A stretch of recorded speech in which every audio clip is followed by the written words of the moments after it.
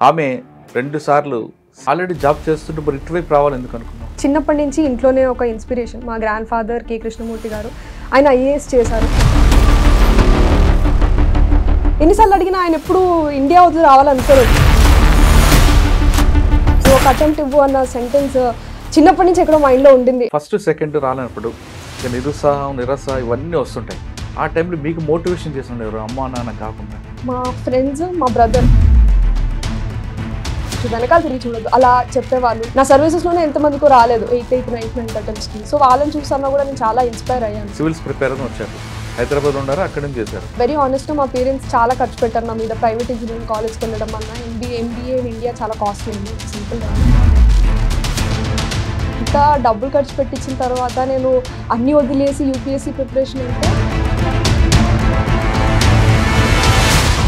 అప్పుడు preparation start చేసాం. May 31, 2019. ఇప్పటికి 5 ఏళ్ళు అవుతుంది ప్రిపరేషన్ స్టార్ట్ చేసి. ఆడపిల్లల మధ్యలో మంత్లీ ఇష్యూస్ వస్తుంటాయి. అది ఒక దురాచారంగా చూస్తున్న సమాజం ఇప్పుడు మనం చూస్తున్నాం.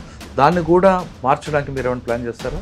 అది చెయ్యాలండి. అది ఆ ఎడ్యుకేషన్ అనేది ఒక sexual education.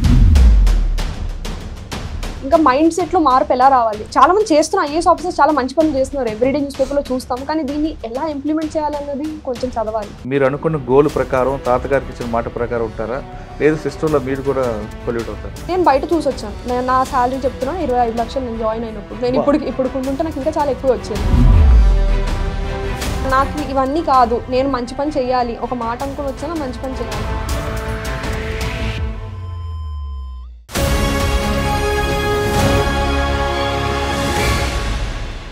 Welcome to I dream. ప్రతి మనిషిలో సంకల్ప బలం గట్టిగా ఉంటే తను అనుకుంది ఏదైనా సాధించవచ్చు అనే మాటకి నిదర్శనం ఈరోజు మన గెస్ట్. ఆమె 2 సార్లు సివిల్స్లో ఫెయిల్ అయ్యారు. అయినా ఖచ్చితంగా తను అనుకుంది సాధించాలి అనే దృఢ సంకల్పంతో ఆమె మరొకసారి సివిల్స్ అటెంప్ట్ చేసి పాస్ అయ్యారు. ఈసారి ఆమె ఆల్ ఇండియాలో 50 ర్యాంక్ సాధించారు. సాధారణంగా ఆ స్థాయికి రావడానికి ఆవిడ పడ్డ కష్టం అంతా ఇంత కాదని తెలుస్తుంది. కుటుంబం అర్బన్ నుంచి వచ్చినా కానీ ఆమెకు ఎదుర్కొన్న ప్రాబ్లమ్స్ ఎలాగున్నాయి, 50th ర్యాంక్ సాధించడానికి ఆమె పడ్డ కృషి, ఎన్ని గంటలు కష్టపడ్డారు, ఆమెకు రోల్ మోడల్ ఎవరు అనే విషయాల్ని ఆమెను అడుగుదాం. ఇందుకే ఆమె ఈరోజు మన గెస్ట్ పేరు Chandana Jahnavi. All India 50 rank. ఆమెను అడిగి ఈ స్థాయికి రావడానికి 50th ర్యాంక్ సాధించడానికి పడ్డ కష్టం ఏంటో తెలుసుకుందాం. నమస్తే అమ్మా. నమస్తే. రెండోది congrats. Thank you so much. Telangana నుంచి ఒక ఆడబిడ్డ 55 ర్యాంక్ తీసుకొచ్చింది. అదేవిధంగా 3వ ర్యాంక్ కూడా మనకే వచ్చింది. ఈసారి ర్యాంకులన్నీ కూడా మన తెలుగు రాష్ట్రాల పిల్లలు రావడం అనేది చాలా సంతోషంగా ఉంది. జాహ్నవి, నువ్వు సాఫ్ట్వేర్ చేసావు, లక్షలో జీతం ఉంటుంది. సాధారణంగా మీ తరం వాళ్ళని అనుకుంటారంటే సాఫ్ట్వేర్ అయిపోయింది, ఎక్కడికో ఫారెన్లో సెటిల్ అవుదాం, లక్షల జీతాలతో హ్యాపీగా ఉందాం అనుకున్న వాళ్ళకి కాకుండా నువ్వు సివిల్స్ వచ్చి సొసైటీకి సర్వీస్ చేయాలనే ఆలోచన ఎక్కడ పుట్టింది? ఈ ప్రశ్నకు సమాధానం చెప్పే ముందు ఒకసారి జాహ్నవి కుటుంబ నేపథ్యం. నేను వచ్చి హైదరాబాద్ నుంచే అండి. మా ఫాదర్ వచ్చి డాక్టర్ సీతారాంబాబు. ఆయన సాఫ్ట్వేర్ ఇంజనీర్గా అమెరికాలో వర్క్ చేసి ఇండియాకు వచ్చి కూడా సాఫ్ట్వేర్ ఇంజనీర్ చేసి ఆయన 55 years కూడా PhD తీసుకున్నారు. అండ్ మా మదర్ కూడా వచ్చి బ్యాచిలర్స్ ఇన్ ఎడ్యుకేషన్ బీఎడ్ చేసి టీచర్ లాగా చేసేవాళ్ళు భారతీయ విద్యాభవన్. దాని తర్వాత యూరో కిడ్స్ ఇట్లా ప్రైవేట్ ప్రీ ప్రైమరీ టీచర్ లాగా పనిచేస్తారు. సో వాళ్ళిద్దరూ నాకు ఒకవేళ ఇన్స్పిరేషన్. వాళ్ళు ఓల్డ్ ఏజ్లో కూడా డిస్టెన్స్ ఎడ్యుకేషన్ చేసి ఇంకా వాళ్ళ నాలెడ్జ్ పెంచుకోవాలి. మా మదర్ MA ఇంగ్లీష్ లిటరేచర్ చేశారు IGNOU నుంచి. సో వాళ్ళ నుంచి చాలా ఇన్స్పిరేషన్ తీసుకున్నాను నేను ఫ్యామిలీ నుంచి. స్కూల్లో ఎక్కడ చదివామ్మా? స్కూల్ ఇక్కడ భారతీయ విద్యాభవన్స్ అని, భారతీయ విద్యాభవన్ జూబ్లీస్లో 6th standard నుంచి అక్కడే చదివానండి 10th వరకు. 11th and 12th వచ్చి విజయరత్న జూనియర్ కాలేజ్, అది రామయ్య ఎంట్రన్స్ ఎగ్జామ్తో అక్కడ రామయ్యలో వచ్చింది, అక్కడ చదివాను 11th and 12th. Engineering Birla institute of technology Ranchi, bits Ranchi అంటారు. అక్కడ 4 years కెమికల్ ఇంజనీరింగ్ చదివి దాని తర్వాత Indian institute of management Indore నుంచి MBA చేశాను. ఆల్రెడీ జాబ్ చేస్తుంటే మరి ఇటువైపు రావాలి ఎందుకు అనుకున్నావు? దీనికి 2-3 రీజన్స్ ఉన్నాయండి. ఫస్ట్ రీజన్ ఏంటంటే చిన్నప్పటి నుంచి ఇంట్లోనే ఒక ఇన్స్పిరేషన్. మా గ్రాండ్ ఫాదర్ కే కృష్ణమూర్తి గారు, ఆయన ఐఏఎస్ చేశారు. ఎన్నిసార్లు మేము అబ్రాడ్లో మా పేరెంట్స్ ఉండి వర్క్ చేస్తున్నా ఆయనని అడిగాం షిఫ్ట్ మూవ్ అవ్వండి. మా ఫాదర్కి ఎప్పుడు అది ఉండింది, మా గ్రాండ్ పేరెంట్స్తో ఉండాలి, లాస్ట్ మినిట్ వరకు వాళ్ళని చూసుకోవాలని. ఎన్నిసార్లు అడిగినా ఆయన ఎప్పుడు ఇండియా వదిలి రావాలనుకోలేదు. అది నాకు కూడా ఒక క్వశ్చన్ లాగా ఉండేది, అంత అటాచ్మెంట్ ఏముంది కంట్రీతో అని. అంటే మాకు చిన్నపిల్లలు, మాకు తెలియదు. సో ఆయన ఎప్పుడు రీజన్ చెప్పలే నాకు. 2007 ఆయన పోయే వరకు కూడా ఎప్పుడు రీజన్ చెప్పలే. సో ఆ క్వశ్చన్ ఎప్పుడు ఉండేది, అంటే అంత అటాచ్మెంట్ ఏంటి అని. నేను తర్వాత ఆయన చేసిన సర్వీస్ అన్న, ఆయనకి ఈ కంట్రీతో అన్న, స్టేట్తో అన్న ఏ రిలేషన్ ఉంది అన్న ఫ్యాక్టర్ ఎప్పుడు నాకు ఎక్కడ మోటివేషన్ ఉండింది. సెకండ్, ఆయన ఒకసారి ఆయనకి 5 children ఉండి 10 grandchildren ఉన్నా నన్ను ఒక్కదాన్నే ఒకసారి అడిగారు, మీరు ఇస్తారా, అటెంప్ట్ ఇవ్వు, నేను నువ్వు అవ్వాలి అని కోరుకోవట్లేదు, నువ్వు ఒక అటెంప్ట్ ఇవ్వు అన్న సెంటెన్స్ చిన్నప్పటి నుంచి ఎక్కడో మైండ్లో ఉండింది చెయ్యాలి అని. కానీ నేను అంత కాన్ఫిడెంట్ లేకుండే. సో ఆయనకి ఎప్పుడు నేను ఎస్ చేస్తానని చెప్పలేకపోయాను. అది కూడా ఒక రిగ్రెట్ ఉండింది, ఆయనకి వెళ్ళే ముందర చెప్పుంటే హ్యాపీ ఉండేవాళ్ళు అన్న సెంటెన్స్తో. థర్డ్ థింగ్ వచ్చి కాన్ఫిడెన్స్ నాకు MBA అక్కడ బిల్డ్ అయిందండి. పబ్లిక్ సర్వీస్ చేయొచ్చు, ఇనిషియేటివ్స్, అక్కడ కొన్ని ప్రోగ్రామ్స్ ఉండే, రూరల్ ఇమ్మర్షన్ ప్రోగ్రామ్ అని. ఆ టైంలో మా ఇన్స్టిట్యూట్ మధ్యప్రదేశ్ గవర్నమెంట్తో టైఅప్ అయి మమ్మల్ని రూరల్ ఇండియా పంపించి 10-15 days అక్కడ ఉండి స్వచ్ఛ భారత్ అభియాన్ వాళ్ళకి చెప్పాలి మేము, అక్కడ గ్రౌండ్ లెవెల్లో ఉండి 10-15 days. అంటే ఒఫీషియల్స్ చెప్తున్నది కాకుండా మనుషులు వచ్చి అక్కడ ఉండి వాళ్ళని రోజు 4 o'clock 4:30కి లేచి మమ్మల్ని వెళ్ళి అక్కడ ఫార్మ్స్లో వెళ్ళి చూడమనే వాళ్ళు. వాళ్ళకి ఇది పెద్ద డిసడ్వాంటేజ్ అవుతుంది, మీరు వెళ్ళి చూస్తే అది మార్పు వస్తుంది అని. సో అక్కడ అనిపించింది అవును ఇలాంటివి చాలా చేయొచ్చు ఒక లెవెల్లో. ఇది ఇంకా IAS ఆఫీసర్ అయితే ఇంకా చాలా ఇనిషియేటివ్స్ నేను ఆలోచించగలుగుతాను అన్న దాంతో MBA తర్వాత అనుకున్న ప్రిపరేషన్ స్టార్ట్ చేద్దామని. మీరు వెళ్ళిన ప్రాంతంలో, గ్రామీణ ప్రాంతంలో ఎలాంటి సమస్యలు ఎదురయ్యాయి మీకు? అంటే స్వచ్ఛ భారత్ ఒకటే కాకుండా ఆర్థిక సమస్యలు అవ్వచ్చు, రకరకాలు ఎదురవుతుంటాయి. ఈ మూడిట్లో మీకు బాగా మీ మైండ్లో స్టిక్ అయిపోయింది, మీ మనసుకు నచ్చింది చెప్పండి. ఒక ప్రాబ్లం నాకు అనిపించింది ఏంటంటే, అక్కడ డిఫరెన్స్ ఏంటంటే కొన్ని ఇల్లులు దగ్గర ఉన్నాయి, కొన్ని చాలా దూరం ఉన్నాయి. ఆ దూరం ఉన్న ఇల్లులకి వీటికి చాలా డిస్టెన్స్, రూపలు నడుచుకుంటూ వెళ్ళి అది చూసేగానే మనకి ఆ డిఫరెన్స్ అర్థమవుతుంది. ఇది ఏంటిది, వీళ్ళు ఎందుకు ఇంత దూరాలు ఉంటున్నారు, వీళ్ళందరూ అంగన్వాడీ సెంటర్ అన్న, హెల్త్ సెంటర్కి ఇంత దూరం ఎందుకు ఉంటున్నారు. ఆ క్వశ్చన్ అంటే నేను అప్పటికి నాకు సోషాలజీ చదవలేదు, ఇవన్నీ తెలియవు నాకు ఎందుకు ఇలా ఉంది అన్నది. అది నేను ఇది బ్రహ్మఖేడా విలేజ్ అని ఉజ్జయిన్ డిస్ట్రిక్ట్ మధ్యప్రదేశ్లో అండి నేను ఉన్న విలేజ్. సో అప్పుడు నాకు అడిగినా నాకు ఎవరు ఆన్సర్ చెప్పలేకపోయారు ఆ విషయం, ఎందుకు ఇలా దూరం ఉంటారు. వాళ్ళ ఇంట్లోకి వెళ్ళినప్పుడు కూడా మనుషులు కొంచెం దూరంగా ఉండడం, ఇవన్నీ ఎందుకు చేస్తున్నారు అన్న ఒక దగ్గర నేను చాలా ఇంపాక్ట్ అయ్యాను. అంటే నేను అక్కడ కూర్చున్నా కూడా నాకు హిందీలో 2-3 చెప్పడం, మేడం మీరు ఇక్కడ కూర్చోవద్దు, మీరు నుంచుని మాట్లాడండి అని. ఎందుకు ఇలా అంటున్నారు అంటే మనం అనుకుంటాం 2020 వచ్చింది, మనుషులు మార్పు వచ్చింది, కానీ చిన్న థింగ్స్లో ఉన్నాయి డిఫరెన్సెస్. ఇంకా వాళ్ళ ఇంటికి వెళ్ళినా కూర్చోకపోవడం, ఇలాంటివి నేను చాలా దూరంగా ఉన్న ఇల్లుల్లో వాళ్ళు చాలా మార్జినలైజ్ ఫ్యామిలీస్ ఉన్నాయండి, ట్రైబల్ ఫ్యామిలీస్. నాకు అర్థమైంది అదే తర్వాత ఇన్నేళ్ళు తర్వాత, కానీ నేను చాలా ఇంపాక్ట్ అయ్యాను. మధ్యప్రదేశ్, ఇండోర్, భూపాల్ ఇవన్నీ కూడా బాగా డెవలప్డ్ సిటీస్. ఉజ్జయిని అంటే అది అమ్మవారి ఉజ్జయిన్ డిస్ట్రిక్ట్ చాలా పెద్ద డిస్ట్రిక్ట్, అది రాజస్థాన్. ఇటువంటి కల్చర్ కనిపిస్తుంది అక్కడ. నాకు తెలిసి నేను ఉజ్జయిని బ్యాడ్ నేమ్ చేయాలని కాదండి, నాకు తెలిసి వాళ్ళు చిన్న థింగ్స్, నేను అంటే అంత పెద్దగా మాట్లాడలేదు, కానీ ఇట్లాంటిది నాకు అనిపించింది నా మైండ్లో. వాళ్ళు నాకు ఏం చెప్పలేదు, అక్కడ ఉన్న ఫ్యామిలీస్ ఏమనలేదు, నాకు ఇంటరాక్షన్లో అనిపించింది ఎందుకు వీళ్ళు దూరం ఉంటున్నారు. ఓకే సరే, ఫస్ట్ క్వశ్చన్ వీళ్ళు ఎందుకు దూరం ఉంటున్నారు, సిటీ మధ్యలో ఇల్లులు ఉన్నాయి, వాళ్ళ ఇల్లులు ఎందుకు దూరం ఉన్నాయి, అక్కడ ఎందుకు అలా, వీళ్ళకి ఎందుకు దొరకట్లేదు, వీళ్ళు ఎంత నడుచుకుంటూ వెళ్ళాలి, అంత దూరం ఎందుకు వెళ్ళాలి. ఆ క్వశ్చన్ ఎక్కడో నాకు చాలా ఇంపాక్ట్ చేసింది. అంటే అక్కడ అది కాకుండా ఇది కాకుండా ఉమెన్ వాటర్ తీయడానికి ఎంత దూరం నడిచేవాళ్ళు. అక్కడ కూడా మేము ఎన్నిసార్లు అడిగినా మీరు ఎక్కడి నుంచి వాటర్ తెస్తారంటే ఒకటే సోర్స్, అది ఎక్కడో కార్నర్, పంచాయత్ సర్పంచ్ భవన్ ఎక్కడుందో అక్కడ ఉంది, అక్కడ వరకు నడుచుకుంటూ వెళ్ళి వాటర్ తీయడము, లైన్లో నుంచోవడం, ఇది కూడా నేను అనుకున్నా ఎందుకు అంటే. నేను మాట్లాడుతున్న 2019, ఇప్పుడు 5-6 ఏళ్ళు అయిపోయాయి, చాలా చేంజ్ అయ్యాయి, నేను హోప్ చేస్తున్నాను. బట్ ఆ చిన్న థింగ్స్ మనం చాలా చేయొచ్చు ఇంకా ఇలాంటి ఏరియాస్లో. ఇలాంటిది ఒక్క స్టేట్ కాదు, ఇండియా మొత్తము, అక్కడ కాశ్మీర్ నుంచి కన్యాకుమారి ఎన్ని విలేజెస్ ఇట్లాంటి ప్రాబ్లమ్స్ ఫేస్ చేస్తున్నాయన్న అర్థం చేసుకోవడమే నాకు అది చాలా డిఫరెంట్. దాని సొల్యూషన్ మీలాంటి వాళ్ళు వస్తే ఖచ్చితంగా, అంటే ఎక్కువ పెద్ద లెవెల్లో, ఇప్పుడు నేను ఆ విలేజ్ చిన్నగా నేను చేయగలుగుతాను, కానీ పెద్ద లెవెల్లో ఏమైనా తీసుకురావాలంటే ఒక ఇండియన్ అడ్మినిస్ట్రేటివ్ సర్వీస్ అన్న వీటిల్లో కొంచెం పాలసీ లెవెల్లో ఆలోచించి ఇలాంటివి ఒక ఫాస్ట్ ట్రాక్ లో చేంజ్ చేయొచ్చు అని నేను బిలీవ్ చేస్తానండి. ఓకే, అప్పుడు మీకు బలంగా నాటుకుందా? అదే సివిల్స్ ప్రిపేర్ అవుతూ వచ్చారు, హైదరాబాద్లో ఉన్నారా, అక్కడి నుంచి చేశారా? ఫస్ట్ క్యాంపస్ ప్లేస్మెంట్ తీసుకున్నానండి. వెరీ ఆనెస్ట్, మా పేరెంట్స్ చాలా ఖర్చు పెట్టారు నా మీద. ప్రైవేట్ ఇంజనీరింగ్ కాలేజ్కి వెళ్ళడం అన్నా, ఎంబీఏ ఇన్ ఇండియా చాలా కాస్ట్లీ అండి, అంత సింపుల్ కాదు. సో ఇన్ని లక్షలు ఖర్చు పెట్టాక నాకే మోరల్లీ అనిపించింది, ఇలా నేను ఇంత డబ్బులు ఖర్చు పెట్టించిన తర్వాత నేను అన్ని వదిలేసి యూపీఎస్సీ ప్రిపరేషన్ అంటే నాకే ఎక్కడో మోరల్లీ రెస్పాన్సిబుల్. ఇంకా సరే జాబ్ చేస్తూ చేద్దాం, ఒక బ్యాకప్ ఉంటుంది అని జాబ్ తీసుకున్నా. సాఫ్ట్వేర్ కాదండి, అది మేనేజ్మెంట్, Big 4 అని, డెలాయిట్ ఫర్మ్. సో అది ఆడిట్, టాక్సేషన్, కన్సల్టెన్సీ కన్సల్టెన్సీ గవర్నమెంట్కి ఇలాంటివన్నీ ఇస్తుంది. సో అలాంటి దాంట్లో వర్క్ చేశాను 14 months. అప్పుడు ప్రిపరేషన్ స్టార్ట్ చేశాను May 31st, 2019. ఇప్పటికి 5 ఏళ్ళు అవుతుంది ప్రిపరేషన్ స్టార్ట్ చేసి. సో అక్కడ స్టార్ట్ చేశాను ప్రిపరేషన్ అనేది. ఆప్షన్ తీసుకున్నారు? సోషాలజీ తీసుకున్నాను. ఎందుకు 40 గ్రూపులు ఉంటుండే ఇది ఎందుకు తీసుకున్నారు సోషాలజీ? అదే అండి, నేను మీకు రీజన్ చెప్పాను కదా, అది నేను చాలా మంది అడిగా ఇలాంటి క్వశ్చన్, నాకు ఆన్సర్ చెప్పండి ఎందుకు అవుతుంది ఇది అసలు. అంటే చాలా ఆ క్వశ్చన్కి అది అక్కడ ఉంటే ఆ ఎక్స్పీరియన్స్ లో అర్థమవుతుంది ఎందుకు ఈ డిఫరెన్స్ ఉంది అన్నది. సో వాళ్ళు అన్నారు నువ్వు సోషాలజీ తీసుకో, నీకు అనుకుంటున్న ఫ్యాక్టర్తో నీకు బాగా అండర్స్టాండ్ అవుతుంది అని. సో అక్కడ ఆ ఫ్యాక్టర్తో, అది కాకుండా కూడా నేను చాలా మంది టాపర్స్ అప్పటికి చూశాను.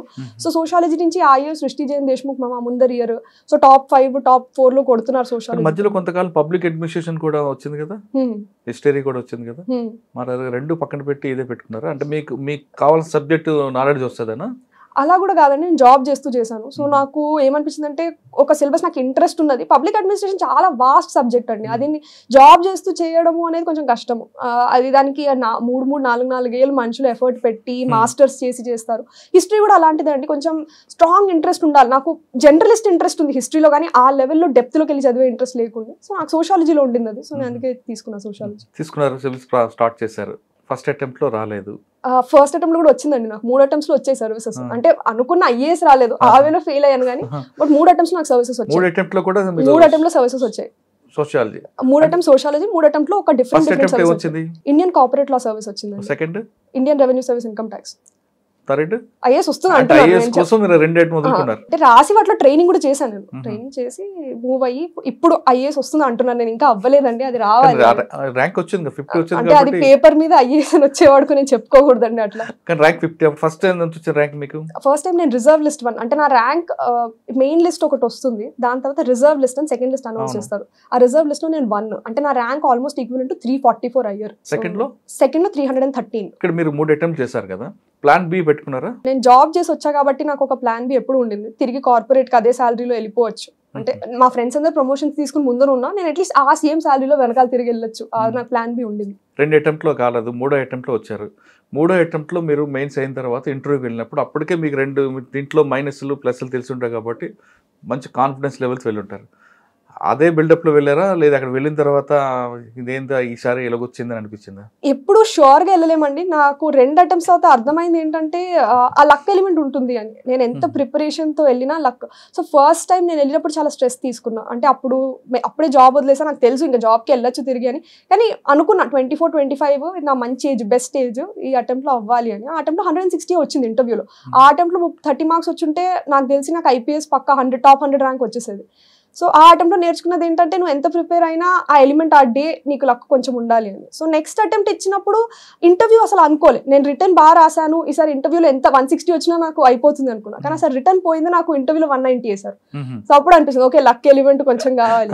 సో ఈసారి రాసినప్పుడు మైండ్ లో అసలు ఏం పెట్టుకోండి, నేను నా బెస్ట్ ఇస్తా, అది ఇంటర్వ్యూ అన్నా అది రిటర్న్ అన్నా అవి 2 క్లిక్ అయితే వస్తుంది, లేకపోతే నేను మళ్ళీ రాస్తా 2024 రాస్తాను, అప్పుడు చూసుకుందాం. నాకు అసలు ఆ ఫ్యాక్టర్ లేకుండే మైండ్ లో 2023 ఏమవుతుంది, జస్ట్ నా బెస్ట్ ఇస్తాను అది వస్తాను. కానీ 2022-2023 నేను ట్రైనింగ్ తో ఇచ్చానండి, సర్వీసెస్ తో. సో అందరి కంపారిజన్ లో నాకు చాలా తక్కువ టైం ఉండింది ప్రిపేర్ అవ్వడానికి. But best of the use ఏంటంటే 4-5 years క్యూములేటివ్ స్టడీతో మెయిన్స్ రాస్తే అడ్వాంటేజ్ ఎక్కడో ఒకటి ఉంటుంది. సో నా మంచి మార్క్స్ ఈసారి 2 వచ్చాయి. సాధారణంగా మీ ప్రిపేర్ అవుతున్న టైంలోనే దేవుడిని కూడా కొంతమంది నమ్ముతారు, మీరు ఆ విధంగా వెళ్ళారా? మా పేరెంట్స్ అన్నారు. సో కొన్నిసార్లు ఇలాంటి లక్ అనుకున్నప్పుడు అన్ని చేయడమే కరెక్ట్. నాకు ఆ బిలీఫ్ ఉందని నేనేమి ప్రమోట్ అలా ఏం చేయాలనుకోవట్లే. కానీ మా పేరెంట్స్ నమ్ముకున్నారు, ఇట్లా వెళ్ళాలి, తిరుపతి వెళ్ళాలి, తిరువన్నామలై, మా పేరెంట్స్ నమ్మకాలు ఉన్నాయి. సో వాళ్ళతో పాటు సరే వాళ్ళు చేస్తుంటే నేను చేస్తాను, అంతే అనుకున్నాను. అంటే మీ కష్టంతో పాటు లక్ అనేది కలిసి వాళ్ళు మా పేరెంట్స్ చేస్తుంటే నేను చేయకుండా కూర్చోవడం నాకు నచ్చలేదు. సో వాళ్ళతో పాటు నేను చేద్దామని వెళ్ళాను. మీ పేరెంట్స్ కాకుండా ఇంకా మీకు బాగా ఇన్స్పైర్ చేసిన ఎవరున్నారు ఇందులో? ఇన్స్పిరేషన్స్ లో ఒకటి మా గ్రాండ్ ఫాదరే, మీరు చెప్పినట్టు. ఆయన ఎప్పుడూ నాకు ఆయన గ్రేటెస్ట్ క్వాలిటీ ఏమనిపిస్తుంది అంటే ఎప్పుడు ఆయన చెప్పుకోలేదు. నేను ఇన్నేళ్ళు ఉన్నా ఆయన ఐఏఎస్ లో ఇది చేశాను అది, ఎప్పుడు ఒక్కసారి కూడా మాట వచ్చేది కాదు. ఇంకా మా ఇంటికి ఎప్పుడు ఫ్లో ఆఫ్ విజిటర్స్ ఉండేవాళ్ళు. కానీ ఆయన గ్రేట్నెస్ ఏంటంటే ఎవరితో ఆయన వినడమే, అంతే. ఆ లిసనింగ్ అనేది నేను చాలా ఇన్స్పైర్ అయ్యా. అంత పొజిషన్కి వచ్చి ఎలా ఒక పర్సన్ ఏం మాట్లాడకుండా ఉండగలుగుతారు, నాలాంటి వాళ్ళు కూడా చాలా నేర్చుకోవాలి ఈ ఎలా లిసన్. ఓకే, ఫస్ట్ సెకండ్ రాలేనప్పుడు ఇంకా నిరుత్సాహం నిరాశ ఇవన్నీ వస్తుంటాయి. ఆ టైంలో మీకు మోటివేషన్ చేసిన ఎవరు, అమ్మా నాన్న కాకుండా? మా ఫ్రెండ్స్, మా బ్రదర్ కూడా ఉన్నారు. సో ఆయన అమెరికాలో ఉంటారు. సో ఆయన కూడా చాలా మెసేజెస్ చేసన్నా సరే నువ్వు చేసావు నెక్స్ట్ దాని గురించి ఆలోచించు, వెనకాల తిరిగి చూడొద్దు అలా చెప్పేవాళ్ళు. ఇంకా నా బెస్ట్ ఫ్రెండ్స్ చాలా మంది ఉన్నారండి. ఇన్ని చదువుకున్న ఇన్ని ఏళ్లలో ప్రతి కాలేజ్ నుంచి ఒక ముగ్గురు ఇద్దరు నా సర్వీసెస్లోనే ఎంతమందికో రాలేదు 8th 9th అటెంప్ట్స్కి. సో వాళ్ళని చూసన్నా కూడా నేను చాలా ఇన్స్పైర్ అయ్యాను. అమ్మా నాన్న అంటే మీకు చదువులో సపోర్ట్ చేస్తున్నారు, వీళ్ళు కాకుండా కొంత బంధువులు ఉంటారు, ఇంకేం చదువుతాలే పెళ్లి చేసుకుందాం అన్న వాళ్ళకి ఏం సమాధానం చెప్పారు? థ్యాంక్ఫుల్లీ మా పేరెంట్స్ ఎప్పుడు నా వరకు రానివ్వలేదు. సో అది వచ్చినా కూడా మా పేరెంట్స్, మా మదరే ఆ 1991 27కి చేసుకున్నారు. సో నా దగ్గర ఎప్పుడో సెంటెన్స్ రెడీగా ఉండేది. సపోజ్ వాళ్ళ దగ్గర ఏమన్నా, వాళ్ళు ఎప్పుడు అనలేదు, ఈ రోజు వరకు ఆ మాట రాలేదు. సో మా మదరే లేట్ చేసుకున్న 95లో, అంటే నేను ఎప్పుడు అది కోరిలేట్ చేస్తాను, 95లో 27 చేసుకుంటే నేను 35 చేసుకోవాలి. చంద్రన ఎప్పుడు పెళ్లి చేసుకుంటారు? ఇవన్నీ ఇప్పుడు ఆలోచించలేదండి. ఇన్ని రోజులు ఎగ్జామ్ గురించి నేను మొన్న లాస్ట్ ట్యూస్డే వరకు కూడా నెక్స్ట్ అటెంప్ట్కి ఎలా చదువుకోవాలని ఆలోచించా. 50 చూసిన తర్వాత కూడా నాకు అది మైండ్లో సెట్ కాలే, ఇంకోసారి రాయట్లేదు నేను. సరే, ఇప్పుడు మీరు కలెక్టర్ అనుకుందాం, మీ గోల్ ఉంటుంది, మీరు ఆల్రెడీ రూరల్ పని చూసారు. స్కిల్ డెవలప్మెంట్కి ఎక్కువ ప్రయారిటీ ఇస్తారా, రూరల్ డెవలప్మెంట్కి ఇస్తారా, ఉమెన్ ఎంపవర్మెంట్కి ఇస్తారా, లేదు కరప్షన్ పూర్తి నిల్ కరప్షన్కి ఇస్తారా? నాకు తెలిసి 4కి 4 ప్రయారిటీస్ అవుతాయండి. కానీ ఇది ప్రతి డిస్ట్రిక్ట్ వాళ్ళ డిస్ట్రిక్ట్ ప్రాబ్లమ్స్ చూడాల్సి ఉంటుంది. సో కొన్ని డిస్ట్రిక్ట్స్లో మనం ఉమెన్ ఎంపవర్మెంట్ చాలా ఇంపార్టెంట్ అవుతుంది. ఆ డిస్ట్రిక్ట్స్లో టోటల్ ఫర్టిలిటీ రేట్ అన్నా కానివ్వండి, లేకపోతే వాళ్ళ ఎడ్యుకేషన్ లెవెల్స్, లేకపోతే వాళ్ళకి హెల్త్కి యాక్సెస్ ఎలా ఉంది, ప్రెగ్నెన్సీ వాళ్ళు హాస్పిటల్స్కి వస్తున్నారా రెగ్యులర్ చెకప్స్కి, ఇలాంటివన్నీ చూసి ఉమెన్ ఎంపవర్మెంట్ కొన్ని డిస్ట్రిక్ట్స్లో ఇది ఇంపార్టెంట్ అవుతుంది. And skill development in general చాలా big broad thing. Education, skill development రెండు చాలా స్ట్రాంగ్గా ఫోకస్ చేయాలి. రూరల్ డెవలప్మెంట్ అనేది ఓవరాల్ ఇవన్నీ ఎడ్యుకేషన్, స్కిల్ డెవలప్మెంట్ ఇవన్నీ కలిపి వస్తే రూరల్ డెవలప్మెంట్ బాగా అవుతుంది. సో నా ఫోకస్ అన్నిట్ల మీద ఉంటుంది, కానీ స్పెషల్ ఫోకస్ నా ఒపీనియన్లో ఉమెన్ ఎంపవర్మెంట్, స్కిల్ డెవలప్మెంట్, ఈ రెండు నాకు ఫోకస్ ఏరియాస్ ఉండాలని నేను అనుకుంటాను. ఇది కాకుండా ఇప్పుడు కేరళ లాంటి స్టేట్ ఎగ్జాంపుల్ తీసుకొని 100% అమ్మాయిలందరూ కూడా చదువుకోవాలి, జీరో ఎడ్యుకేట్ చేయాలి అనేది కంకణం కట్టుకుంటారా మీరు? చాలా మంచి మోడల్ అసలు చదవడానికి. ఎలా వాళ్ళు ఒక్క రోజులో చేయలేదు, ఓవర్ 30, 40, 50 years. అది మీలతో స్టార్ట్ చేస్తే ఎప్పటికైనా అది కరెక్ట్. అది నాకు తెలిసి నేను ఇప్పుడు ట్రైనింగ్ చేసి అర్థం చేసుకుని గ్రౌండ్ లెవెల్ నిటిగ్రిటీస్ ఎంత డిఫరెంట్ ఉంటాయి, మన ఓన్ దాంట్లో ఎట్లా మనం బిల్డ్ చేయొచ్చు ఇలాంటివి అనేది నేను చూద్దాం అనుకుంటున్నాను. చందన గారికి ఒక గోల్ ఉంది, ఏదో ఒక రంగంలో మీరు ఇక్కడ పనిచేసి వచ్చిన తర్వాత మీ మార్కెట్ కనపడాలంటే మీ దగ్గర ఉన్న సార్, నాది ఫస్ట్ థింగ్, నా పేరుతో ఏ మార్క్ నాకు వద్దండి. అది సస్టైనబుల్ ఉండాలంటే నా పేరుతో రాకూడదు, అది ఆ డిస్ట్రిక్ట్ వాళ్ళ పేరుతో రావాలి. అది నేను వెళ్ళిన తర్వాత కూడా టీం వర్క్ తో అంతే, ఆ టీం పేరుతో, అది ఆ డిస్ట్రిక్ట్ పేరుతో, ఇంకెవ్వరు మా పేర్లు ఎవరు రావద్దు, ఆ టీం పేరు ఉంటే చాలది. అది అట్లా కంటిన్యూ అవ్వాలని నేనేమనుకుంటా అంటే గర్ల్ చైల్డ్ ఎడ్యుకేషన్, ఇది నా ఒపీనియన్ లో చాలా మంచి, చాలా స్ట్రాంగ్ గా ఉండాలి, ముందరికి వెళ్ళాలి. ఇది కాకుండా మీరు మధ్యప్రదేశ్ చూసిన సంఘటనలు అక్కడక్కడ ఎదురయ్యాయి అనుకోండి, దాన్ని ఎలా మీరు షార్ట్అవుట్ చేస్తారు? ఒక రోజు 2 రోజులు కాదు, కొన్ని తరాలుగా నడుస్తుంది. దాన్ని తీయాలంటే రూట్స్ వెళ్ళాల్సి వస్తుంది, ఎడ్యుకేటెడ్ చేయాల్సి వస్తుంది. ఇవన్నిటి కూడా మీ దగ్గర ప్లాన్ ఉందా? అంటే వీటికి చిన్న first short term goals, middle term goals, long term goals అలా చేసుకోవాలి. షార్ట్ టర్మ్ గోల్స్ ఏంటంటే, నేను చూసిన కొంతమంది ఐఏఎస్ ఆఫీసర్స్ ఇలాంటి వాటికి చేయడానికి వాళ్ళ ఇంట్లోకి వెళ్ళి అక్కడే తినేసి వచ్చి అక్కడ పని చేస్తున్న ఆఫీసర్స్కి అనిపించాలి, ఓకే పెద్ద ఆఫీసరే వెళ్ళి ఇలా చేస్తున్నారు, వాళ్ళు ఇలా నిలబడుతున్నారు, మనం ఎందుకు చేయలేము, అందరం కరెక్ట్ ఒకటే కదా అని. సెకండ్ థింగ్, ఇప్పుడు చాలా మంది ఏం చేస్తున్నారు, ట్రాన్స్పోర్ట్ అన్న, సైకిల్స్ ప్రొవైడ్ చేయడం అన్న. ఛత్తీస్గఢ్ లాంటి స్టేట్స్ లో ఇలా కార్నర్ హౌస్ సైకిల్స్ ఇస్తున్నారు. అమ్మాయిలకి చాలా ఇంపార్టెంట్ అవుతున్న కొద్ది. ఇలా కాకుండా వాళ్ళకి స్పెషల్ యాక్సెస్, ఇప్పుడు అన్ని ఇక్కడ రిసోర్సెస్ ఉంటే మనం ఒక శాటిలైట్ సెంటర్ లాగా అక్కడ ఓపెన్ చేయడం, హెల్త్ కేర్ సెంటర్ అన్న అలా. సో 2 ప్లేసులు వీళ్ళు ట్రావెల్ చేయక్కర్లే అంత, వాటర్ కూడా అక్కడ పెడితే ఇక్కడ కూడా. సో ఇలా ఒక డెవలప్ చేసి, ఇంకోటి కనెక్టివిటీ, ఇదంతా ఏరియా ఫుల్ కనెక్టివిటీ, మధ్యలో ఏం లేదనుకోండి, అక్కడ ఎక్కువ మందిని పాపులేట్ చేయడం అన్నా, లేకపోతే గవర్నమెంట్ ఏమన్నా ఒక పార్క్ లాగా క్రియేట్ చేయడం అన్న, కామన్ పూల్స్ రిసోర్సెస్ లాగా ఇలాంటివి కొన్ని చేసి వాళ్ళని ఇది కంబైన్ చేసేయాలి. అది ఆ హోల్ లాగా చేసిన తర్వాత అది మిడిల్ టర్మ్ గోల్ ఉంటుంది. లాంగ్ టర్మ్ గోల్ ఎడ్యుకేషన్, మీరు చెప్పినట్టు స్కూల్లో ఒక చైల్డ్ వెళ్ళిన తర్వాత పేర్లో సర్నేము ఇలాంటివన్నీ కాకుండా, నేను చాలా మందిని చూస్తున్నా ఈ మధ్య, జస్ట్ ఒక నేను ప్రజ్ఞ అంతే, సపోజ్ ఒక ఎగ్జాంపుల్ ఇస్తున్నా, అలాంటి పేర్లు చాలా రావాలి. అంటే ఇప్పుడు ఆ సర్నేమ్ తో చెప్పకూడదు. అంటే నా ఒపీనియన్ లో అది ఫస్ట్ ఆ చైల్డ్ కి పడిపోయే ఫస్ట్ సీడ్ అక్కడ ఉంటుందని అనుకుంటా. మేము స్కూల్కి వెళ్ళినప్పుడు మేము మా మదర్ ఫాదర్ ని అడిగేవాళ్ళం, మాది చెప్పండి మాకు ఎందుకు లేదు అని. మా పేరెంట్స్ ఫస్ట్ నుంచి నమ్మారు, వాళ్ళకి లేవు ఇలాంటివి. సో అది ఇంపార్టెంట్. ఒక ఆల్ఫాబెట్ మీరు పెట్టుకోండి, కానీ ఇంకెవరికి తెలియక్కర్లే ఏంటి అని. అది నేను చాలా స్ట్రాంగ్ గా బిలీవ్ చేస్తున్నాను. స్కూల్ సిస్టమ్ లో నేను ప్రమోట్ చేయాలి అంటే అది ఫస్ట్ నా చైల్డ్ తో నేను చేయాలనుకుంటా. వాళ్ళకి ఒక పేరు పెట్టి అంతే, ఆ ముందర లేదు వెనకాల లేదు. ఇది కాకుండా చైల్డ్ ఉమెన్ అన్నారు కాబట్టి ఆడపిల్లల మధ్యలో మంత్లీ ఇష్యూస్ వస్తుంటాయి, అది ఒక దురాచారంగా చూస్తున్న సమాజం ఇప్పుడు మనం చూస్తున్నాం. దాన్ని కూడా మార్చడానికి మీరు ఏమైనా ప్లాన్ చేస్తారా? దీని గురించి చాలా నడుస్తున్నాయండి. లీవ్స్ అంటున్నారు కొన్ని ప్లేసుల్లో, లేకపోతే ఎడ్యుకేషన్, వాళ్ళకి ఫస్ట్ శానిటరీ ప్యాడ్స్ దొరకాలి ఇలాంటివి. థర్డ్ థింగ్ ఏంటంటే అది చాలా నార్మల్ థింగ్ ఒక అమ్మాయికి అయ్యేది. అది ప్రతి వాళ్ళు అది అదేదో పెద్ద అదే అదొక ఆ దరిద్రాన్ని మార్చడానికి మీరు ప్లాన్ చేస్తారు. అది చెయ్యాలండి. అది ఆ ఎడ్యుకేషన్ అనేది ఒక సెక్షువల్ ఎడ్యుకేషన్ ఇది చాలా normal process of a women. ఆమెకి పెయిన్ ఉంటే మనము ఎలా స్కూల్లోనే డీల్ చేయగలగాలి, లేకపోతే తనకి శానిటరీ ప్యాడ్స్ అన్నా, మంచి వాష్రూమ్స్ అన్నా ఎలా ఉండాలి, ఇంకా మైండ్ సెట్ లో మార్పు ఎలా రావాలి అన్నది ఇంపార్టెంట్. మైండ్ సెట్ మారాలి. అదే అంటే ఉంది నాకు, కానీ దాని కూడా నేను చాలా చదవాలండి. చాలా మంది చేస్తున్నారు, ఐఏఎస్ ఆఫీసర్స్ చాలా మంచి పనులు చేస్తున్నారు, ఎవ్రీడే న్యూస్ పేపర్ లో చూస్తాం, కానీ దీన్ని ఎలా ఇంప్లిమెంట్ చేయాలన్నది కొంచెం చదవాలి. చైల్డ్ ఉమెన్ గురించి చెప్పారు. నెక్స్ట్ స్కిల్ డెవలప్మెంట్, మీరు అక్కడ కూడా గట్టిగా వెళ్తారా? అది అగైన్ మీకు చెప్పినట్టు డిస్ట్రిక్ట్ టు డిస్ట్రిక్ట్ వేరీ అవుతుంది. అది డిఫరెంట్ యాక్షన్ ప్లాన్స్తో చేస్తున్నారు. కొన్ని కోఆపరేటివ్స్తో స్కిల్ డెవలప్మెంట్ అన్న, లేకపోతే కొన్ని ప్లేసుల్లో ఆర్ట్ తీసుకుని డయింగ్ ఆర్ట్, మధుబని ఆర్ట్ బీహార్లో, అట్లాంటి వాటిల్లో స్కిల్ డెవలప్మెంట్ చేసి ఉమెన్కి ఇవి ఇచ్చి ఎక్స్పోర్ట్ చేస్తున్నారు మధుబని ఆర్ట్స్. అట్లాంటి ప్రతి డిస్ట్రిక్ట్కి ఒక ఇది ఉంటుంది. ఇక్కడ మన దగ్గర తెలంగాణ తెలియా రుమాల్ ఉంది, ఇప్పుడు తెలియా రుమాల్కి జిఐ ట్యాగ్ వచ్చింది. ఇలాంటివి మనం ఎలా డెవలప్ చేయొచ్చు? అది ఒక తెలియా రుమాల్ అనేది ఒక హ్యాండీక్రాఫ్ట్ కూడా అవ్వచ్చు, ఒక టెక్స్టైల్ కాకుండా. ఆ డిజైన్ మనం ఎలా పాపులరైజ్ చేయొచ్చు, ఇంకా ఎలా కమర్షియల్ వైపు తీసుకెళ్తారు అంటే ఆ వేలో అలా స్కిల్ డెవలప్ అయ్యేది చాలా ఇంకా పొటెన్షియల్ ఇంక్రీజ్ అవుతుందని నేను అనుకుంటా. ఎక్స్పోర్ట్ అనే మార్కెట్ వచ్చినా, లేకపోతే ఇక్కడ one district one product malls లాగా వస్తున్నాయి, యూనిటీ మాల్స్ అని అంటున్నారు. అలాంటివి చాలా ఇంపార్టెంట్. మా ప్రోడక్ట్ ఇది అవ్వాలి, దాంతో ఆ ఆర్ట్ కూడా at the same time save అవుతుంది, ఇంకా మనుషులకి లైవ్లీహుడ్ కూడా పెరుగుతుంది. And most of them are marginalise communities అనమాట. అంటే ఉమెన్ ఎంపవర్మెంట్ కి మీరు ఎక్కువగా ఉమెన్ ఎంపవర్మెంట్ అని కాదు, మార్జినలైజ్ కమ్యూనిటీస్ కూడా చాలా మంది ఉన్నారు ఇలా. సో ఉమెన్ ఎంపవర్మెంట్ దాంట్లో చాలా బిగ్ పార్ట్ ఆఫ్ ఇట్. కానీ ఆ ఆర్ట్ అన్నీ కలిపి వచ్చినవైతే సస్టైనబుల్ గా అన్ని ఒకసారి మనం ట్యాకిల్ చేస్తున్న వాళ్ళం అవుతాం. అంటే మీరు కలెక్టర్ గా ఉన్నప్పుడు అందరినీ ఒకేలా చూడాలి కదా, ఒక ఉమెన్ చూపిస్తే మెన్. మీరు చెప్తుంది కరెక్ట్, ఈక్వాలిటీ అనేది ఒక ప్రిన్సిపల్. కానీ ఇక్కడ పాయింట్ ఏంటంటే ఇండికేటర్స్లో చూడండి, ఎడ్యుకేషన్ ఇండికేటర్స్ అన్నా, లేకపోతే టోటల్ ఫర్టిలిటీ రేట్ అన్నది కానీ, వాళ్ళకి డ్యూటీ ఆఫ్ చిల్డ్రన్ని టేక్ కేర్ చేయడం, ఎల్డర్లీ టేక్ కేర్ చేయడం, ఇట్లాంటివి at the point of time men women together చేయగలగాలి. మీరు చెప్తున్నది కరెక్టే, men women equal at any point of time. కానీ ఫోకస్ ఎందుకంటే వాళ్ళు కొన్ని ఏళ్ళగా కొన్ని థింగ్స్ చేంజ్ అవ్వలేదు, అవి చేంజ్ అయ్యి ఈక్విటబిలిటీ వచ్చి వాళ్ళిద్దరూ రెస్పాన్సిబిలిటీస్. ఇప్పుడు చాలా మంది మెన్ ఉమెన్ కలిపి ఇద్దరు ఇంట్లో చేసుకుంటున్నారు, ఫుడ్ అన్నా అన్ని. అలాంటిది అవ్వాలని నేను అనుకుంటున్నాను. మీరు ఫారెన్లో చూసారు, అక్కడ ఒక కల్చర్ ఉంటుంది, ఇక్కడ ఒక కల్చర్ కనిపిస్తుంటుంది.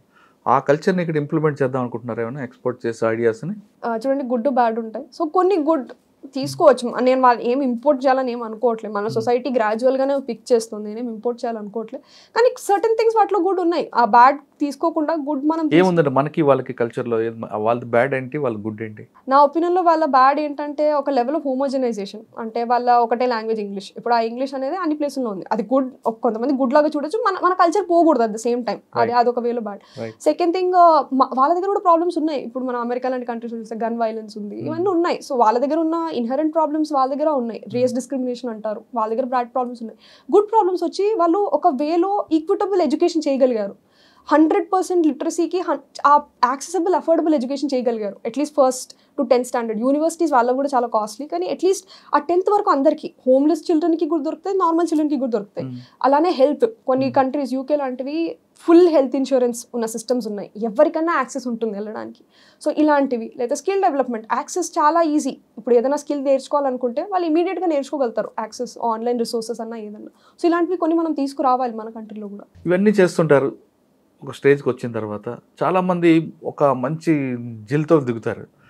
చూసిన తర్వాత ఆ సిస్టంలో అలవాటు పడిపోయి వాళ్ళు కూడా రాంగ్ రూట్లో వెళ్ళాలని ప్రయత్నం చేస్తుంటారు. అటువంటి సిచ్యువేషన్ మీకు ఎదురుపడినప్పుడు మీరు అనుకున్న గోల్ ప్రకారం, తాతగారికి ఇచ్చిన మాట ప్రకారం ఉంటారా, లేదు సిస్టంలో మీరు కూడా కొల్యూట్ అవుతారా? నేను అనుకుని వచ్చే మాట వచ్చిందండి. ఆ మాట జస్టిస్ చేయాలనే మాటే నాకు బ్రెయిన్లో ఎప్పుడూ ఉంటుంది. నాకు ఈ కొల్యూషన్ ఇవన్నీ చూడండి, పాయింట్ నా ఎక్స్పీరియన్స్తో నేను మాట్లాడుతున్నా. నేను బయట చూసి వచ్చాను. నేను నా శాలరీ చెప్తున్నాను 25 లక్షలు నేను జాయిన్ అయినప్పుడు. నేను ఇప్పుడు కొంటుంటే నాకు ఇంకా చాలా ఎక్కువ వచ్చేది. సో అంత చూసి వచ్చిన దాన్ని నాకు తెలుసు. నేను ఇప్పటికైనా కార్పొరేట్కి వెళ్ళిపోయి నేను ఆ MBA పట్టుకుని చేసిన, ఇప్పటి నుంచి 25 lakhs ఇస్తే నాకు అప్పటికే మంచి డబ్బులు వస్తాయి. సో నాకు అది డబ్బులు అన్న పాయింట్ కోసం కాదు, మీ పని చేస్తున్నప్పుడు సిస్టంలో ఏమైనా ప్రాబ్లం వస్తే చెట్ ఈ సిస్టమ్ మారదు అని మళ్ళీ వెనక్కి వెళ్తారా, లేదు సిస్టంలో చేంజ్ కోసం మీరు కష్టపడతారా? చేంజ్ కోసం కష్టపడ్డమే అండి. మీకు నేను చెప్తున్న పాయింట్ అదే. నేను చూసి వచ్చాను, నాకు ఇవన్నీ కాదు, నేను మంచి పని చేయాలి, ఒక మాట అనుకుని వచ్చాను, మంచి పని చేయాలి, దాని మీదే ఉంటాను. అది టైం పడుతుంది.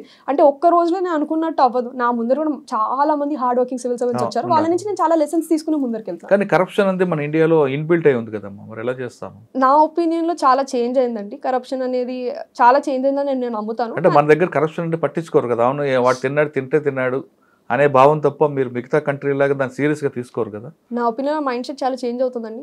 ఎప్పుడైతే సిటిజన్స్కి అవేర్నెస్ వచ్చిందో, ఎప్పుడైతే ఫోన్స్ వచ్చాయో, సోషల్ మీడియా వచ్చిందో, నాకు తెలిసి చాలా చేంజ్ అవుతుంది. ఇంకా నెక్స్ట్ 5-6 years కూడా మీరు ర్యాపిడ్ చేంజ్ చూస్తారు. మనుషులంతా అకౌంటబుల్ అవుతారు. ఇప్పుడు నేను చేస్తున్న తప్పు ఉంది, మనుషులు చూసారంటే ఏంటి అన్నది వస్తుంది. సో నేను నమ్ముతా చాలా చేంజ్ వస్తుంది ఆ మ్యాటర్లో. అంటే మీకు ఆ కాన్ఫిడెన్స్ ఉందండి? నాకు ఆ కాన్ఫిడెన్స్ ఉందండి. రైట్, వెరీ గుడ్, అలాగే ఉండాలి. అయితే ఉమెన్ గురించి తీసుకుందాం. చాలామంది సూసైడ్ చేసుకుంటారు. 10th ఫెయిల్ అయ్యాను, ఇంటర్మీడియట్ ఫెయిల్ అయ్యాను, వాళ్ళకేం చెప్తారు? అదేవిధంగా భర్త వేధించాడనో అత్తమ్మ వేధించాడనో ఉమెన్ సూసైడ్ చేసుకుంటారు. ఈ రెండు డిఫరెంట్ రీజన్స్. వాళ్ళకి ఏం చెప్తారు? స్టూడెంట్ సూసైడ్స్కి మనం కోటాలో ఎక్కడైనా చూసినా ఆ ప్రాబ్లం ఏమొస్తుందంటే ఎక్స్పెక్టేషన్స్. ఫస్ట్ ఏమో స్టూడెంట్ వాళ్ళ మైండ్లో పెట్టుకుంటారు ఎక్స్పెక్టేషన్స్, మా పేరెంట్స్ నా నుంచి ఇంత ఎక్స్పెక్ట్ చేస్తున్నారని. సెకండ్ పేరెంట్స్ చెప్పగలగాలి, నీ నుంచి నాకు ఎక్స్పెక్టేషన్ కాదు, నేను ఇన్ని లోన్స్ పెట్టి ఇలా పంపించి నేను చదివిస్తుంది, నువ్వు మంచి చేయగలగాలని. నువ్వు ఈ రోజు అక్కడ ఎకో సిస్టమ్ ఎందుకు రావట్లేదు అనుకుంటున్నారు? అది నాకు తెలిసి కాంపిటీషన్ అండి. ఇండియాలో అలాంటి కాంపిటీషన్ ఉంది. అంటే అన్హెల్తీ కాంపిటీషన్ కదా. ఇప్పుడు మీ ఫ్యామిలీ తీసుకోండి ఎగ్జాంపుల్. మీరు 2 సార్లు ఫెయిల్ అయినా, అదే మిస్ అయినా అనుకున్న గోల్డ్, మీ ఫాదర్ మదర్ మీకు ఎక్కడ కూడా డిస్టర్బ్ చేయకుండా చదివించారు. అదే యాటిట్యూడ్ అనేది చాలా మంది తక్కువ వస్తుంది. లేదు పక్కింటోడు చదివాడు నువ్వేందుకు చదవట్లేదు అని ఈ కంపారిజన్ అనేది ఉండబట్టే కదా పిల్లల్లో ఆత్మహత్యకి దారితీస్తుంది అనుకోవచ్చా? అదొక రీజన్ అయి ఉండొచ్చు. బట్ నాకు తెలిసి మోస్ట్ ఆఫ్ ద టైమ్స్ మన ఇండియన్ పేరెంట్స్ చెప్పరండి అఫెక్షన్, నువ్వు మీతోనే ఉన్నాము ఆ సెంటెన్స్ వాళ్ళ యాక్షన్స్లో చూపించాలనుకుంటారు కానీ వర్డ్స్లో చెప్పరు. So most of the time ఆ చిల్డ్రన్ అది వినరు ఆ వర్డ్. నువ్వు మాకు చాలా ఇంపార్టెంట్ లైఫ్లో, నువ్వు చాలా ఇష్టం, నువ్వు ప్లీజ్, ఇలాంటి అఫెక్షన్ వర్డ్స్ ఎక్కువ రావాలి. ఈ బయట డిస్టెన్స్లో ఉన్నప్పుడు ఆ మైండ్లో ఏం తిరుగుతోంది ఆ చైల్డ్కి అనేది అది పేరెంట్స్ గుర్తించి వాళ్ళని సపోర్ట్ చేస్తూ ఉండాలి. ఆ విధంగా సపోర్ట్ చేస్తే వాళ్ళ మార్పు వస్తుంది అంటారు. అంటే ఇది ఒక స్టెప్ అనుకుంటాను, దీనికి చాలా సొల్యూషన్స్ ఉంటాయి, వేరే రీజన్స్ ఉంటాయి. సరే, సూసైడ్ చేసుకున్న పెళ్ళైన వాళ్ళకి ఒకటే ఆ ప్రాబ్లం మీకు కలెక్టర్గా వచ్చినప్పుడు ఎదిరింది అనుకోండి ఒక జిల్లాలో, మీరు ఎలా దాన్ని షార్ట్ అవుట్ చేస్తారు? ఇలాంటి వాటికి ఫస్ట్ నుంచి మనం పేరెంట్స్ సపోర్ట్ చూడాలి. ఎందుకు అయి ఉంటుంది, ఇది ఏదన్నా డౌరీ లాంటి కేసా, లేకపోతే ఇది డొమెస్టిక్ వైలెన్సా, వీటి డిఫరెంట్ రీజన్స్ ఉంటాయి. లేకపోతే కొన్నిసార్లు ఆ అమ్మాయికి ఎడ్యుకేషన్ అన్నా, లేకపోతే ఒక జాబ్ రావచ్చు, బయటకు వచ్చి బతకగలుగుతాను అన్నది లేదా, లేకపోతే ఫ్యామిలీ హానర్ గురించి చూస్తున్నారా, నేను బయటకు వస్తే మా ఇంటి పరువు ఏమవుతుంది, ఇలాంటి వాటికి చాలా ఇవి రావాలండి. నేను రీసెంట్గా ఒకటి చూసాను, ఒక ఫాదర్ డైవర్స్ అయిన అమ్మాయిని ఇంటికి తెచ్చుకుని సెలబ్రేషన్ చేశారు. ఆ అమ్మాయి హ్యాపీ మ్యారేజ్ లో ఉండలేదంటే నా దగ్గర ఉంటుంది, నేను బతుకున్నంత దగ్గర నా దగ్గర ఉంటుంది. ఇలాంటివి మైండ్ సెట్ చేంజెస్ మనం చాలా దగ్గర హైలైట్ చేయాలి. ఒక అమ్మాయికి ఆ మ్యారేజ్ అంటే రిలేషన్షిప్స్ అన్ని సక్సెస్ఫుల్ అవుతాయని లేదు. పేరెంట్స్ కూడా ఫస్ట్ ఆలోచించి పెళ్లి చేయాలి. సెకండ్ టైం అది వర్క్ కానప్పుడు ఆ అమ్మాయి చెప్పుకుని బయటకు వచ్చేదాకా ఉండాలి. చెప్పిన సంఘటన చెప్పారు, డైవర్స్ తీసుకున్న కూతురికి స్వాగతం పలికాడు తండ్రి అని. కానీ కొంతమంది దాన్ని వ్యతిరేకిస్తున్నారు. కన్న తల్లులు ఎప్పుడు కూడా ఆ విధంగా చేస్తే అమ్మాయి ఎప్పుడు కూడా భర్తతో గొడవ పడుతుంది, సర్ది చెప్పి పంపడం అనేది మంచిది కదా అని కొంతమంది ఆ సబ్జెక్ట్ని వ్యతిరేకిస్తున్నారు. మీరే ఉంటారు. చూడండి, దాన్ని కేస్ టు కేసు వస్తాయండి. అంటే ఈ కేసులో నేను చదివింది ఏంటంటే ఆ అమ్మాయి అక్కడ అన్హ్యాపీగా ఉండింది, ఇంకా కంటిన్యూ అవ్వలేదు అన్నప్పుడు వాళ్ళ పేరెంట్స్ సపోర్ట్ చేయాలి. నువ్వు మా ఇల్లు ఉంది, నాది ఒక సేఫ్ హౌస్, నువ్వు రావాలి తిరిగి అంటే రావాలి. ఎట్ ద సేమ్ టైం ప్రతి గొడవకి ఇలా ఉంటే మనం ఎక్కడన్నా కొంచెం కాంప్రమైజ్ ఉంటుంది లైఫ్లో. అన్ని మనం అనుకున్నట్టు జరగవు. అంటే నేను ఇంకా మ్యారీడ్ కాదు, నాకు ఈ ప్రాబ్లమ్స్ రాకూడదని కోరుకుందామండి అటువంటి ఇష్యూస్. కానీ మీరు కలెక్టర్గా ఉన్న టైంలో మీకు ఇందాక ఒక క్వశ్చన్ అడిగా, ఇటువంటి సూసైడ్కి దీనికి మీరు అన్నట్లుగా వాళ్ళ ఎడ్యుకేషన్ తీసుకొచ్చి వాళ్ళ ఫ్యామిలీ రిలేషన్ మార్చడం చూస్తారా, లేదు ప్రతి మహిళ ఆమె కాళ్ళ మీద నిలబడే విధంగా ఫైనాన్షియల్గా స్ట్రాంగ్ ఉంటే, ఒకవేళ భర్త లేకపోయినా నాకేంటి నా పిల్లల్ని నేను పోషించగలను అనే కాన్ఫిడెన్స్ లెవెల్ తీసుకొస్తారా? అదే ఎకనామిక్ ఎంపవర్మెంట్ మేజర్ అండి. అంటే దాంట్లో జాబ్ ఇప్పించడం అన్నా, లేకపోతే ఫస్ట్ ఇనీషియల్గా వాళ్ళ దగ్గర ఏమీ లేనప్పుడు ఆ స్టేజ్ని మనం సపోర్ట్ చేయగలగాలి. ఇప్పుడు గవర్నమెంట్ స్కీమ్స్ ఉన్నాయి, అలా ఉజ్వల అని ఉంది, లేకపోతే స్వాదర్ గ్రహ అని ఒక స్కీమ్ నడుస్తుంది. ఇలాంటి వాటిలో ఫస్ట్ వాళ్ళు వచ్చి ఉండొచ్చు. ఇలాంటి కేసులు అప్పుడు ఉండి కొన్ని పీరియడ్స్ ఆ చిల్డ్రన్ని తీసుకుని ఉండి అక్కడ కొంచెం సెటిల్ అయ్యి ఓ స్కిల్ ట్రైనింగ్ లాగా ఏదైనా చేసి దాని తర్వాత మూవ్ అయ్యి జాబ్ చేయొచ్చు. ఇది చాలా ఇంపార్టెంట్. వాళ్ళకి ఆ కాన్ఫిడెన్స్ రావాలి. మేము ఇలా వచ్చేసిన సపోజ్ హౌస్లో ఇలాంటి సిచ్యువేషన్ లేదు, మేము ఒక పూర్ ఫ్యామిలీ నుంచి వస్తున్నాము, ఇలా గవర్నమెంట్ గవర్నమెంట్ సపోర్ట్ చేస్తుంది మిమ్మల్ని కొన్ని నెలలు, మీరు దాని తర్వాత అన్నా మీరు నెల దక్కుని మీ జాబ్ మీకు వచ్చి మీ పిల్లల్ని మీరు చూసుకోగలిగేట్టు ఉండాలి లాంగ్ రన్లో అన్నది మీ ఆలోచన. సరే ఒకసారి వెనక్కి వెళ్దాం. మీరు ఐఏఎస్ మీద ఎందుకు ఫోకస్ చేశారు, ఐపీఎస్ మీద ఎందుకు చేయలేదు? అంటే రెండు చాలా మంచి సర్వీసెస్ అండి, రెండింటికి స్కోప్. ఐపీఎస్ అంటే లా అండ్ ఆర్డర్, ఐఏఎస్ అనేది కొంచెం ఓవర్ లాంగ్ రన్ చాలా జనరలిస్ట్ ప్రొఫైల్. మీరు శానిటేషన్ నుంచి హెల్త్ ఎడ్యుకేషన్ ఎక్కడైనా చేయొచ్చు.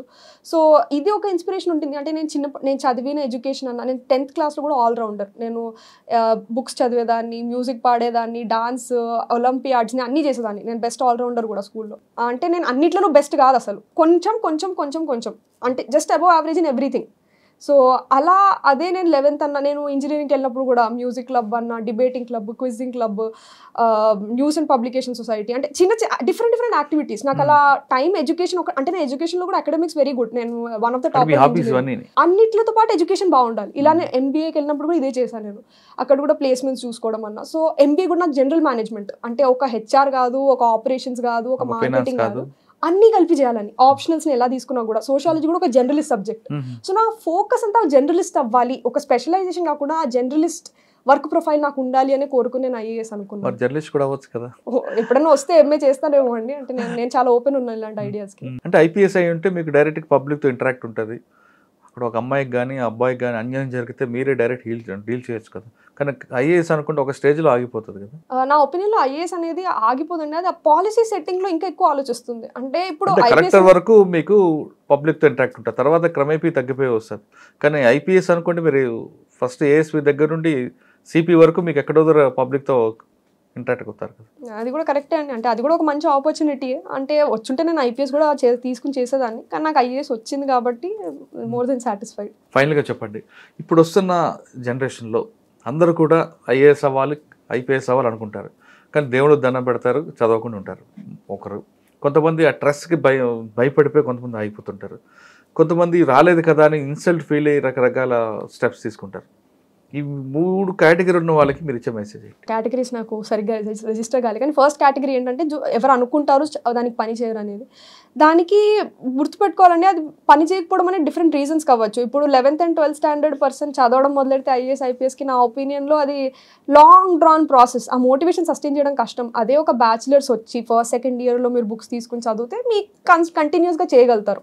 అలానే 11th and 12th చేసిన వాళ్ళు కూడా ఉన్నారు. కానీ నా ఒపీనియన్ కొంచెం అవగాహన, మీరు కొంచెం. కానీ చిన్నప్పటి నుంచే కొన్ని corporate schools foundation IAS civils course అని వ్యాడ్లు ఇస్తుంటారు. కొంతమంది తల్లిదండ్రులు నా పిల్లలు చిన్నప్పటి నుంచి అవ్వాలి అని పంపిస్తుంటారు. వాళ్ళకి మీరు ఏం చెప్తారు మరి? నా ఒపీనియన్ వద్దండి అట్లాంటివి. చిన్నపిల్లలు వాళ్ళు ఎంజాయ్ చేయాలి. ఒక ఎడ్యుకేషన్ అనేది ఒక బుక్స్ చదువుతుంటే రాదు, అది 10 మందితో మాట్లాడి, 10 ఫ్రెండ్స్ ఉండి, డిఫరెంట్ యాక్టివిటీస్ చేసి, వీటితో వచ్చే ఎడ్యుకేషన్ అది మనం బుక్స్తో ఎప్పుడూ ఇది చేసుకోలేము. సో ఈ జనరేషన్ పేరెంట్స్కి నేను ఐఐటి జేఈ అన్నా, నీట్ అన్నా, ఇదన్నా నేను సజెస్ట్ చేసేది అదే.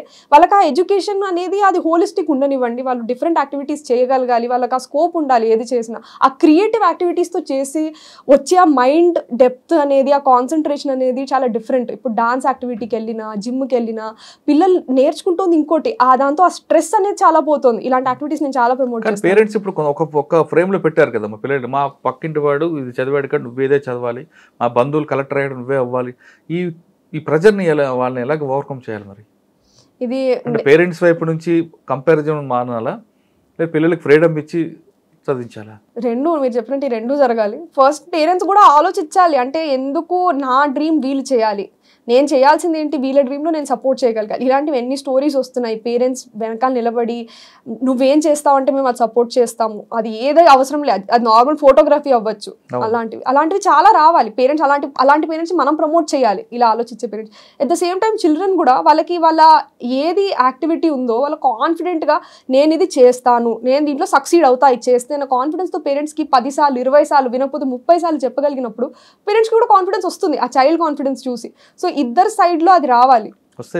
వస్తే మన సొసైటీ చాలా బెటర్ అవుతుందండి. ప్రతి డిఫరెంట్ ఫీల్డ్స్లో మన చాలా మంది ఉన్నారు, చాలా టాలెంట్ పైకి వస్తుంది. కేవలం సివిల్స్ ఒకటే కాదు మనిషి బతకాలంటే. అంతే సివిల్స్ ఒకటే కాదండి. నేను నా ఒపీనియన్లో ఇప్పటికి కూడా యూపీఎస్సీ ఒక ఎగ్జామ్, అది నాకు రాకపోయినా డిఫరెంట్ అవెన్యూస్ ఉన్నాయి. సివిల్ సొసైటీలో చేయగలిగే, ఒక మంచి సిటిజన్గా చేయగలిగే చాలా ఉన్నాయి. నేను ఐఏఎస్ కన్నా నాకన్నా మంచి సివిల్ సొసైటీలో వర్క్ చేస్తున్న వాళ్ళు నాకన్నా చాలా బాగా చేయగలుగుతారు లైఫ్లో. ఇది నేను నమ్ముతాను నిజంగానే. ఒక మనిషి ఎదగాలంటే కేవలం సాఫ్ట్వేర్ సివిల్సే కాదు అంటున్నారు జాహ్నవి. ఆమె చెప్తున్నట్లుగా ఒక మనిషి పిల్లలకి ఏమి కావాలో వాళ్ళకి ఇష్టమైన పని చేయించండి, పక్క వాళ్ళతోనో ఎదురు వాళ్ళతోనో పిల్లలకి కంపేర్ చేసి వాళ్ళ మీద ఒత్తిడి తేవద్దంటూ చందన చెప్తున్నారు. చందన జహారితో ఇదే ఎక్స్క్లూజివ్ ఇంటర్వ్యూ. వచ్చే వారం మరో గెస్ట్తో మళ్ళీ కలుద్దాం. అంతవరకు నమస్తే. థ్యాంక్ యూ అమ్మా. Thank you. Thank you all the best. మంచి పేరు తెచ్చుకో. థ్యాంక్ యూ అండి.